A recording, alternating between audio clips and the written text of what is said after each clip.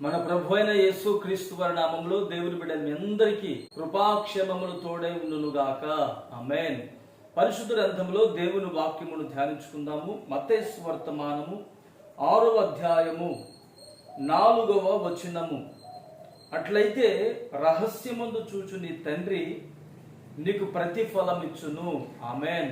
ప్రియమైన దేవుని బిడ్డలారా, మన జీవితంలో ప్రతిఫలము అనేది చాలా ప్రాముఖ్యమైనది.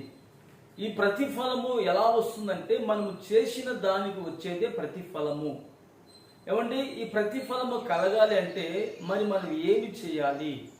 ఇక్కడ 3వ వచనంలో మనం గమనించినట్లయితే, నీ కుడి చెయ్యి చేసేటువంటి ధర్మం అట నీ ఎడమ చేతికి తెలియకుండా నువ్వు ఎప్పుడైతే చేస్తావో అప్పుడట రహస్యమందు చూచి నీ తండ్రి నీకు ప్రతిఫలం ఇస్తాడు.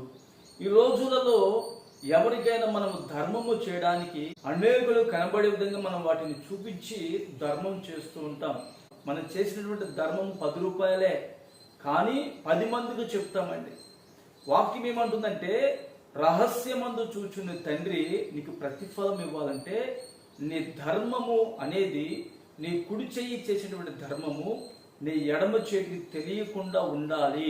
అప్పుడట రహస్యమందు చూచి నీ తండ్రి నీ విషయంలో నీకు ప్రతిఫలం ఇస్తాడు. నీవైతే రహస్యంగా ధర్మం ఇస్తూ ఉన్నావు. ఎవరికి ధర్మం ఇవ్వాలో తెలుసా అండి? వాక్యం ఉంటుంది, సామెతల గ్రంథంలో ఉంటుంది, పేదలను కనికరించువాడు యెహోవాకు అప్పించువాడు వాని ఉపకారమునకు ఆయన ప్రత్యుపకారము చేస్తాడు. అంటే పేదలను ఏమండి, పేద విధవరాలను, దిక్కులేని పిల్లలు, దిక్కులేని అనాథలకి మనము ఏమండి మన చేతుల కష్టార్జితంలో మన కుడి చేయి చేసేటువంటి ధర్మము ఎడమ చేతికి తెలియకుండా ఎప్పుడైతే చేస్తామో అప్పుడు యేసయ్య మనకు ప్రతిఫలం ఇస్తాడు. నీవైతే చేయుచున్నావు, నా యేసయ్య నువ్వు చేసిన దానికి ప్రతిఫలము దయచేయునుగాక. ఆమేన్. ప్రార్థన చేసుకుందాము. ప్రేమగల తండ్రి, పరిశుద్ధుడా, స్తోత్రం చెల్లిస్తున్నాము నాయన. కుడి చేయి చేయునది ఎడమ చేతికి తెలియకుండా ధర్మము చేసినప్పుడు మీరు మాకు ప్రతిఫలం ఇస్తానని మీరు మాకు తెలియపరిచి ఉన్నారు.